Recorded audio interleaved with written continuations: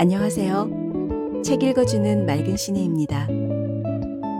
오늘은 미국의 소설가이자 수필가인 워싱턴 어빙의 뚱뚱한 신사를 가지고 왔습니다. 이 소설은 미국 문학의 고전 중 하나로 미스터리와 유머를 결합한 이야기입니다. 이 이야기의 배경은 11월의 어느 비 오는 날과 다음 날 아침 시골 여관에서 일어난 에피소드입니다. 뚱뚱한 신사의 정체는 무엇일까 궁금해하면서 읽었습니다. 뚱뚱한 신사는 어빙의 탁월한 문체와 상상력이 돋보이는 작품으로 미국 문학의 대표작 중 하나로 손꼽히고 있습니다. 지금부터 11월의 어느 비 오는 날 시골 여관으로 함께 가볼까요? 오늘도 편안한 시간 되시길 바라요.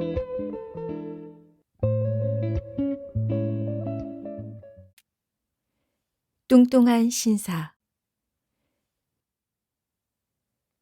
비가 내리는 우울한 11월의 어느 날이었다. 여행을 하던 도중에 나는 몸 상태가 좋지 않아 가던 길을 멈추고 여관에 머물렀다. 병도 거의 나아가고 몸 상태도 많이 좋아졌지만 아직은 열이 완전히 떨어지지 않은 상태였다. 그래서 나는 답이라는 마을의 한 여관에서 종일 갇혀 있을 수밖에 없었다.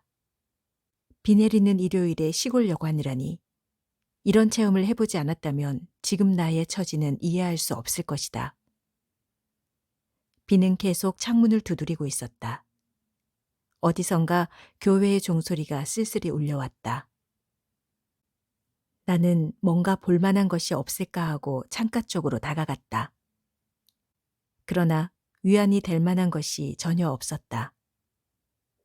침실의 창으로는 기와 지붕과 굴뚝이 보였고 거실의 창으로는 마구간 앞에 공터가 보였다. 비 오는 날의 마구간 앞마당은 세상에서 가장 지긋지긋한 것일지도 모른다. 그곳에는 지나가는 나그네의 마부들이 흩어놓은 젖은 지푸라기들이 너저분하게 펼쳐져 있었다. 한쪽 구석에는 가축의 배설물이 수북하게 쌓여 있었고 그 주변에는 누런물이 고여 있었다. 짐수레 밑에는 닭 몇 마리가 비에 흠뻑 젖어 있었다. 그 중에는 닭벼슬을 축 늘어뜨린 가련한 수탉 한 마리가 보였다. 꽁짓깃이 축 늘어진 채 하나로 뭉쳐 있고 그 깃을 따라 등에서 물이 뚝뚝 흘러내리는 모습은 마치 죽은 닭처럼 보였다. 짐수레 옆에는 소가 되새김질을 하며 비를 맞고 서 있었다. 말은 쓸쓸하고 황량한 마구간에 질렸다는 듯이 흐리멍덩한 눈을 하고 긴 목을 창밖으로 내놓고 있었다. 말 옆에 개는 정체 모를 소리를 이따금씩 내고 있었다.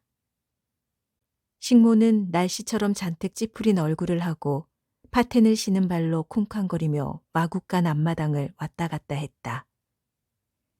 이 모든 상황을 요약하자면 정말 모두 무미건조하고 쓸쓸했다. 오리 때만이 이런 상황을 아랑곳하지 않고 다정한 술친구처럼 웅덩이 주변에 모여 시끄러운 소리를 내고 있었다. 외로운 마음에 나는 기운이 빠졌다. 도저히 이런 기분으로 방 안에 있을 수가 없었다. 뭐든지 내 마음을 위로해 줄 만한 것이 있었으면 했다. 나는 여관을 빠져나와 장돌뱅이의 방이라는 이름으로 불리는 방을 찾아갔다. 그 방은 흔히 장돌뱅이라든가 세일즈맨, 즉 이륜마차나 합승마차를 타고 온 지방을 돌아다니면서 돈벌이를 하는 사람들을 받아들이기 위해 여관에서 특별히 준비해 놓은 단체방이었다. 그들은 옛날의 무사 수행자들의 후계자라 할 수 있었다. 창이 채찍으로, 방패가 상품 샘플 리스트로, 갑옷이 외투로 바뀌었을 뿐이다. 그들은 과거와 똑같이 떠돌며 살아가고 있다. 아름다운 여인을 지키는 대신에 세계 각국을 돌아다니면서 부자 혹은 제조업자를 대신해 거래하고 그들의 명예를 높이기 위해 노력했다. 이 시대의 유행은 싸움이 아니라 거래이기 때문이다. 옛날처럼 싸움이 일상적으로 일어났던 시대였다면 여간방에는 밤이 되면 무사들의 갑옷과 투구가 빽빽히 걸렸을 것이다. 하지만 이 무사 후계자들의 방은 두꺼운 나사 외투, 각종 채찍과 박차, 각반, 기름 헝겊으로 싼 모자 등으로 장식되어 있었다.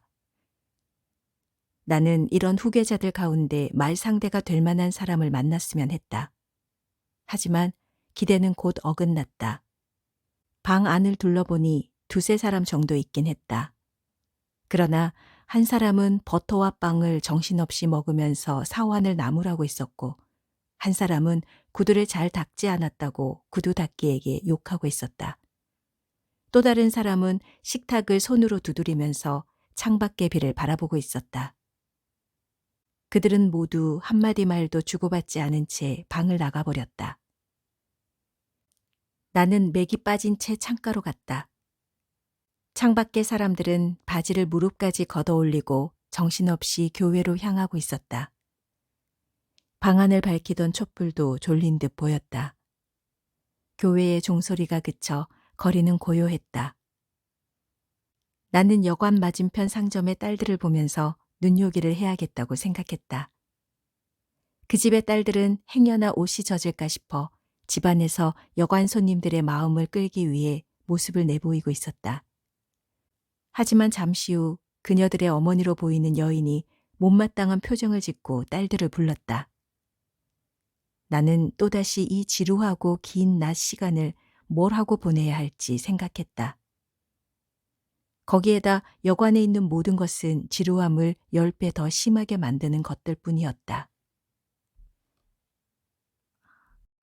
맥주와 담배 냄새가 풍기는 수차례 되풀이해 읽은 오래된 신문, 비보다 더 지루하고 쓸모없는 책들, 옛 잡지, 부인의 벗을 보자 이 견딜 수 없는 무료함 때문에 화가 날 지경이었다. 나는 스미스가, 브라운가, 잭슨가, 존슨가 등등 틀에 박힌 가문의 이름이며 창문에 낙서된 시 구절들을 읽고 또 읽는 수밖에 또 다른 도리가 없었다. 그날은 우울하게 지나갔다. 찢겨진 뜬구름이 느리게 흘러가고 비는 단조롭게 주룩주룩 내렸다. 어쩌다 우산을 툭툭 때리는 빗방울 소리가 들려오면 시원한 소낙비를 연상할 뿐이었다. 잠시나마 우울한 기분에서 벗어나 개운함을 느낄 수 있는 유일한 순간이었다. 정오가 지날 무렵 경적이 울리며 역마차가 달리는 모습을 보았을 때는 가슴이 후련해졌다. 무명 우산을 쓴 채 밖으로 나온 승객들의 옷은 구겨져 있었고 비에 젖은 외투에는 김이 모락모락 나고 있었다. 역마차의 경적 소리가 울리자 아이들과 개들, 붉은 머리의 마부, 구두닦이 등 여관 일대에서 사람들의 돈을 구걸하며 먹고 사는 모든 불황자들이 우르르 몰려나왔다. 그러나 이 소동도 잠시뿐이었다. 역마차는 서둘러 그 자리를 떠나갔다. 그곳에 모였던 아이들도 개도 마부도 구두닦이도 모두 원래 자리로 슬슬 되돌아갔다. 거리는 또다시 고요해졌다. 날씨는 도무지 갤 기미가 보이지 않았고 기압계에는 우천이 표시됐다. 여관 안주인의 고양이는 불 앞에 쭈그리고 앉아 손으로 얼굴을 비비거나 귀를 긁었다. 끔찍한 예보는 한 달 동안 비옴으로 한결같았다. 나는 마치 시간이 멈춰 있는 것처럼 느껴졌다.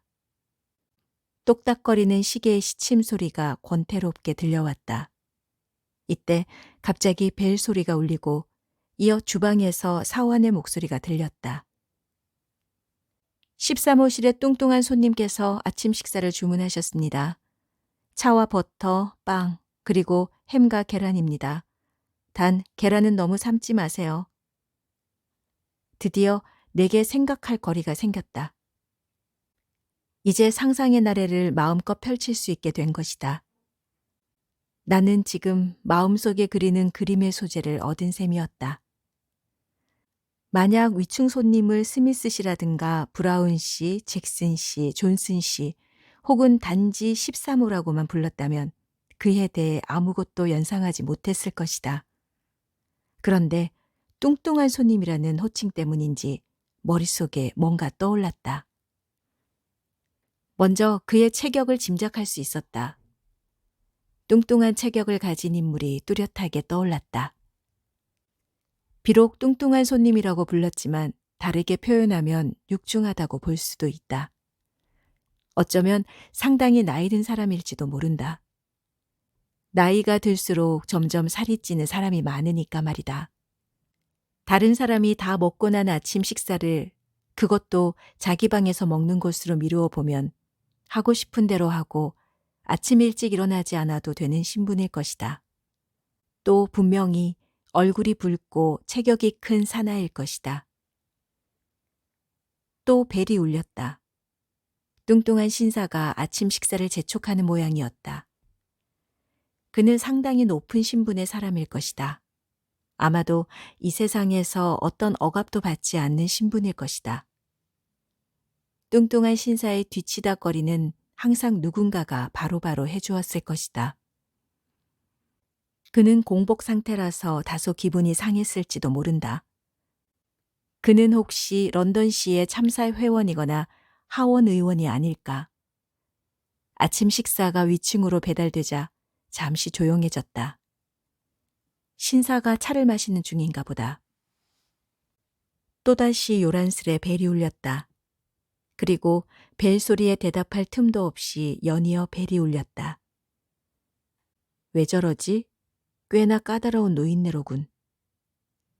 사화는 잔뜩 화가 난 얼굴로 위층에서 내려왔다. 뚱뚱한 신사가 버터에서 썩은 냄새가 난다. 계란을 너무 익혔다는 등 불평한 모양이다. 그는 확실히 입맛이 까다로운 사람인 듯하다. 음식을 먹고 호통치고 사환을 한시도 가만두지 않고 집안 사람들과는 사이가 나쁠지도 모른다. 여관 안주인은 매우 화가 났다. 안주인은 잔소리가 좀 심하고 채신머리가 없어 보이기는 하지만 얼굴은 꽤 예쁜 편이었다. 대개의 잔소리 심한 여자들처럼 그녀의 남편 또한 지능이 낮은 반편이었다. 안주인은 볼품없는 음식을 위층으로 올려보냈다고 직원들을 나무랐다. 그러면서도 뚱뚱한 신사에 대해서는 한마디도 하지 않았다. 역시 그 뚱뚱한 신사는 신분이 상당히 높은 모양이다. 이런 시골 여관에서 떠들썩하게 굴어도 허용되는 것을 보니 말이다. 사화는 계란과 햄, 버터와 빵을 다시 위층으로 가져갔다. 이번에는 더 이상 잔소리가 없었다. 내가 장돌뱅이의 방을 몇 번 오가는 사이 또 벨이 울렸다. 곧 사환이 집안을 구석구석 샅샅이 뒤지고 여관 안은 금세 부산해졌다. 뚱뚱한 신사가 타임스나 크로니클 신문을 읽겠다고 분부를 내린 모양이다. 그렇다면 그는 호이크당인가 보다 하고 나는 생각했다. 아니면 핑곗거리만 있으면 제멋대로 행패를 부리는 것으로 보아 급진파일 가능성도 있다. 헌트는 체격이 크다고 했는데 어쩌면 바로 헌트가 아닐까. 나는 사환에게 아까부터 여관을 떠들썩하게 만드는 그 뚱뚱한 신사가 도대체 뭐하는 인물이냐고 물었으나 아무 대답도 듣지 못했다.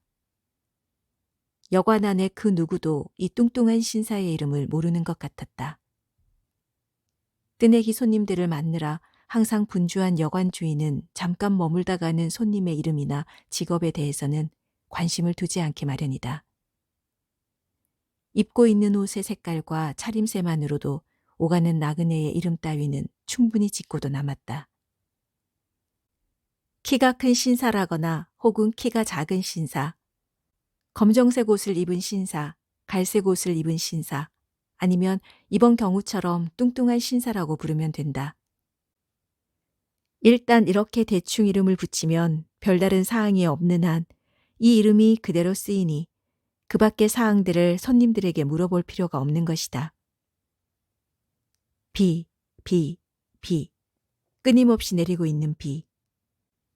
나는 이 비 때문에 여관 밖으로 나갈 엄두도 못 내고 있었다. 여관 밖이나 안이나 나의 무료함을 해소해 주는 것은 아무것도 없었다. 머리 위에서 누군가의 발소리가 들려왔다. 아마도 뚱뚱한 신사의 방일 것이다. 소리의 육중함으로 보아 분명 몸집이 큰 사람일 것이다. 또 삐걱대는 구두창 소리가 나는 것으로 보아 늙은이일 것이다. 나는 그는 분명 꽤나 규칙적인 습관을 가진 꼬장꼬장한 부자 노인일 것이다. 지금은 아침 식사 후 운동을 하고 있는 모양이다 라고 생각했다. 나는 무료한 나머지 난로 위 선반둘레에 붙어있는 합승마차, 여관 따위의 광고를 모조리 읽었다. 부인의 벗은 도저히 더 읽을 수 없었다. 나는 흐르는 시간을 어떻게 해야 할지 몰라 서둘러 내 방으로 올라왔다. 이때 갑자기 문이 벌컥 열리더니 다시 쾅 하고 닫혔다. 항상 명랑한 모습에 혈색이 좋은 여자 사환이 방에서 나와 굳은 표정을 하고 아래층으로 내려갔다. 혹시 뚱뚱한 신사가 그녀에게 폭언을 한 게 아닐까? 이로써 뚱뚱한 신사에 대한 추리는 완전히 뒤집혀지고 말았다. 뚱뚱한 신사는 어쩌면 노신사가 아닐지도 모른다. 노신사들은 웬만하면 여자들에게 난폭하게 굴지 않기 때문이다. 하지만 그렇다고 해서 젊은 신사도 아닌 것 같았다. 젊은 신사는 상대방을 이렇게까지 무지막지하게 몰아세우지는 않을 것이다. 그렇다면 뚱뚱한 신사는 분명히 중년에 사내거나 못생겼을 확률이 높다. 만약 못생기지 않았다면 저 여자 사환이 사람의 말을 듣고 저토록 불쾌한 표정을 짓지는 않았을 것이다. 어쨌든 나는 왜 뚱뚱한 신사가 화가 났으며 여자 사환이 불쾌해하는지 알 길이 없었다. 잠시 후 여관 안주인의 목소리가 들려왔다. 곧이어 여관 안주인이 쿵쾅거리며 2층으로 올라오는 모습이 얼핏 보였다. 안주인은 모자를 계속 흔들면서 얼굴이 빨개져서 계속 입을 놀렸다. 여기선 절대 그런 짓은 하면 안 돼. 아무리 여관 손님이 돈이 많더라도 이 여관에서는 있을 수 없는 일이야. 우리 집에서 일하는 여급을 이렇게 막대하는 건 아주 질색이야. 나는 원래 싸움을 싫어하는 성격이다. 특히 여자. 그 중에서도 아름다운 여인이 상대라면 더욱 어찌할 줄 모른다. 나는 조심히 내 방으로 돌아와서 문을 반쯤 닫아버렸다. 그래도 호기심 때문에 귀를 기울이게 되는 건 어쩌지 못했다. 여관 안주인은 전혀 기죽은 기색 없이 적의 보루로 뛰어들어갔다. 여관 안주인은 들어가자마자 문을 쾅 닫았다. 한동안 뚱뚱한 신사를 몰아세우는 소리가 들렸다. 하지만 그 소리는 점점 누그러졌다.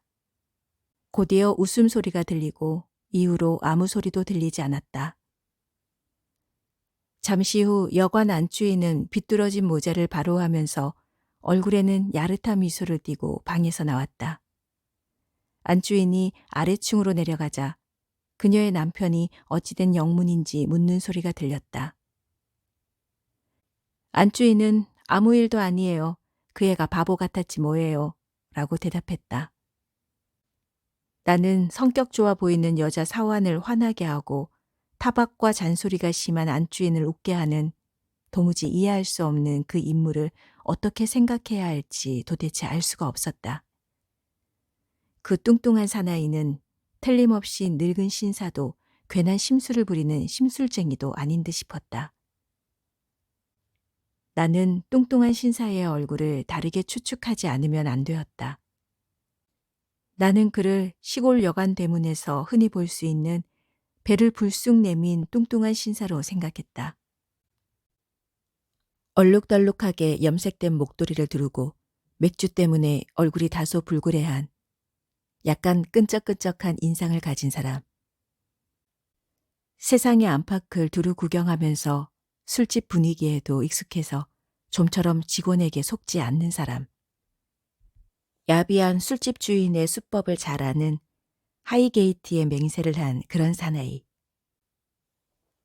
그는 식도락을 즐겨 한 끼니 정도의 돈쯤은 흔쾌히 쓰기도 하고 여자 사원을 마음 내키는 대로 다루기도 하고 카운터 옆에서 마담과 쑥덕거리기도 한다. 식사 후에 마시는 1파운드의 붉은 포도주나 니가스주를 한 잔 마시면 취한 듯이 말이 많아지는 남자일 것이다. 뚱뚱한 신사에 대해 이런저런 추측을 하는 동안에 오전 시간이 지났다. 추측에 대한 확신을 종합하는 순간 그것을 깨뜨리는 무언가가 나타나는 바람에 나는 또 어떻게 추측해야 옳은 건지 분간을 못했다. 혼자서 열이 오른 머리를 이것저것 생각하다 보니 그렇게 되었다. 얼굴도 못 본 사람에 대해 이것저것 잡다하게 생각하다 보니 나는 점점 이상해짐을 느꼈다. 조용히 있을 수 없는 초조함에서 나온 신경질적인 발작 같은 거였다. 점심때가 되었다. 뚱뚱한 신사가 만약 장돌뱅이의 방에서 식사를 한다면 그의 모습을 볼 수 있겠지 하고 생각했지만 나의 기대는 어긋났다. 뚱뚱한 신사는 아침과 마찬가지로 위층 자기 방으로 식사를 가져오게 했다. 뚱뚱한 신사는 왜 그렇게 혼자 있고 싶어 하는 것일까? 아무래도 급진파일 가능성은 없는 듯하다. 세상 사람과 어울리기 싫어하고 비가 내리는 날에 하루 종일 방 안에 있는 것은 귀족적인 성향을 보여주는 것이다. 더구나 세상에 불만을 품은 정치가 치고는 너무 사치스러운 생활이다. 음식에 대해 이러쿵저러쿵 까다롭게 굴고 사치스러운 생활을 예찬하는 사람처럼 조용히 술잔만 기울인다. 그러나 의혹이 곧 풀렸다. 한 병을 다 마시지 않았으려니 하고 생각할 때 노랫소리가 희미하게 들려왔다. 그 노랫소리는 신이여 우리 국왕을 보호하옵소서 라는 영국 국가였다. 노랫소리로 미루어 보아 뚱뚱한 사나이는 급진파가 아니라 충성스러운 시민임이 분명하다. 술잔을 기울일 때 충성심이 우러나오는 사람이라면 평상시에도 기꺼이 왕과 헌법만을 고수할 것이다. 그는 도대체 어떤 사람일까? 어떤 목적을 달성하기 위해 자신의 정체를 숨기고 돌아다니는 사람이 아닐까? 천만에 그럴 리가 있겠어. 하고 나는 중얼댔다. 혹시 왕실 사람인지도 모르지. 어쨌든 그는 뚱뚱하니까. 밖의 날씨는 여전했다. 위층의 미스테리한 인물은 방에 틀어박힌 채 아마도 의자에 앉아 있는 것 같다. 움직이는 소리조차 들리지 않았다. 이러는 동안에 시간이 흐르고 장돌뱅이의 방에 사람들이 모이기 시작했다. 방금 도착한 사람들 가운데 두꺼운 외투에 단추도 풀지 않은 사람도 있었다. 여기저기 도시를 돌아다니다 돌아온 사람도 있었다. 어떤 이는 앉아서 식사를 하고 어떤 이는 차를 마셨다. 만일 오늘 지금 같은 기분이 아니었더라면 나는 그들을 자세하게 관찰했을지도 모른다. 여행자들 가운데 장난꾸러기 같은 사람이 둘이 있었다. 그들은 나그네 특유의 농담을 마구 짓거리고 있었다. 로리자라든가 에스린다라든가 그 외에도 대여섯 가지 귀여운 이름을 불러대면서 여자 사원에게 시시껄렁한 농담을 하며 희죽거렸다. 그러나 나는 이 순간 뚱뚱한 신사가 머릿속에 가득 차 다른 것은 아무것도 생각할 수 없었다. 비 오는 하루 내내 이 신사를 대상으로 추측과 상상을 반복하다 보니 이제는 멈출 수가 없게 되었다. 밤이 깊어갔다. 모여있던 나그네들은 신문을 두세 번 반복해서 읽었다. 나그네들 중에는 불 주변에 모여서 말 이야기나 갖가지 경험담과 실패담을 늘어놓는 사람들도 있었다. 두 장난꾸러기는 예쁜 여자 사원 이야기, 친절한 여관 안주인 이야기를 꺼내기도 했다. 이러한 이야기들은 그들이 나이트 캡, 즉 물과 설탕을 넣고 섞은 브랜디나 아니면 혼합주 등 독한 술잔을 조용히 비우는 동안에 계속되었다. 이야기가 끝나면 그들은 차례로 벨을 울려서 구두 닦기나 여자 사원을 부른 뒤 낡은 슬리퍼를 질질 끌면서 잠자리로 돌아갔다. 결국 모두 나가고 한 사람만 남았다. 허리가 길고 다리가 짧은 그는 다혈색, 혈색이 증가해 얼굴이 붉어짐이 있었고 엷은 갈색 머리에 큰 머리둘레를 갖고 있었다. 그는 혼자 조용히 앉아서 붉은 포도주를 마시고 있었다. 포도주를 한 모금 마시고는 컵에 꽂힌 스푼으로 젓고 또 한 모금 마시고는 스푼으로 저었다. 그는 뭔가 곰곰이 생각하는 듯 보였는데 계속 그 행동을 반복했다. 마침내 포도주 잔 안에는 스푼밖에 남지 않게 되었다. 그는 빈잔을 앞에 둔 채 의자에 몸을 기대더니 곧바로 꾸벅꾸벅 잠이 들었다. 방안을 밝히던 촛불도 졸린 듯 보였다. 촛불 심지는 검어지고 끝이 돌돌 말려 방 안에 그나마 남아있던 빛마저 사라졌다. 방 안에 퍼진 어둠은 모든 것을 휩쓸어갔다. 나그네들의 두꺼운 외투가 방 구석구석에 마치 귀신처럼 걸려 있었다. 이야기가 끝나자마자 방을 나간 그들은 아마도 벌써 잠이 들었을 것이다. 다만 시간을 알리는 시계 소리와 술꾼들의 코 고는 소리, 처마 끝에서 뚝뚝 떨어지는 빗방울 소리만 들릴 뿐이었다. 밤이 깊어지자 몇몇 교회의 종소리가 서로 엇갈려 들려왔다. 그때 머리 위에서 뚱뚱한 신사가 왔다 갔다 하기 시작했다. 갑자기 무서운 생각이 들었다.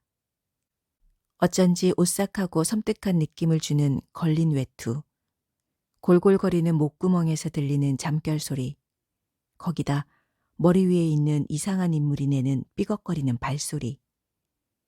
발소리는 차츰 작아지다가 마침내 들리지 않았다. 나는 더 이상 참을 수 없었다. 어느 이야기의 주인공처럼 극도로 흥분한 나머지 돌진할지도 몰랐다. 어떤 녀석인지 한번 보고야 말겠어 하고 나는 중얼거렸다.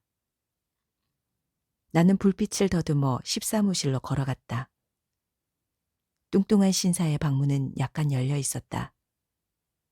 나는 잠시 주저하다가 안으로 들어갔다. 방은 비어 있었다. 테이블 앞 커다란 좌석엔 넓은 안락의자가 있었다. 테이블 위에는 비어있는 컵과 타임스 신문이 놓여 있었다. 방 안에서는 스틸된 치즈의 냄새가 났다. 이 미스테리한 인물이 방금 잠자리로 간 모양이었다. 나는 몹시 낙담한 채 내 방으로 돌아왔다. 그런데 복도를 걷다가 침실 입구에 밀랍을 먹인 더럽고 커다란 가죽 장화가 맨 앞에 놓인 것을 보았다. 가죽 장화는 이 미스테리한 사람의 것이 틀림없었다. 그러나 그 굴 속으로 들어간 그를 깨워서 시끄럽게 해서는 안 된다. 그가 내 머리를 권총 혹은 그보다 더 무서운 것으로 날려버릴지도 모르니까.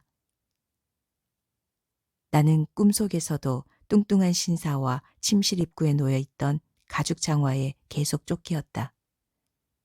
그리고 이튿날 아침, 늦잠을 자다가 밖에서 들려오는 떠들썩한 소리에 눈을 떴다.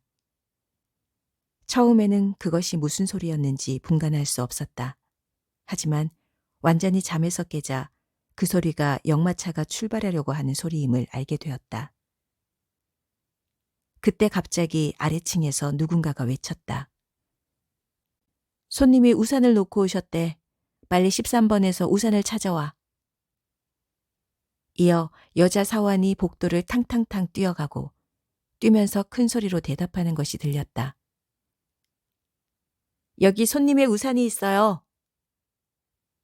나는 그 뚱뚱한 신사가 막 출발하려는 것을 알고 지금이 그를 볼 수 있는 마지막 남은 유일한 기회임을 직감했다. 나는 침대에서 재빨리 일어나 창가로 뛰어갔다. 커튼을 확 젖히자 막 역마차를 타려고 하는 그의 뒷모습이 보였다. 갈색의 웃옷 뒷자락은 둘로 갈라져 있고 갈색 바지를 입은 커다란 엉덩이가 눈에 확 띄었다. 역마차의 문이 닫히자 출발 하는 소리와 함께 역마차는 달리기 시작했다. 뚱뚱한 신사에 대해 본 것은 이것뿐이었다.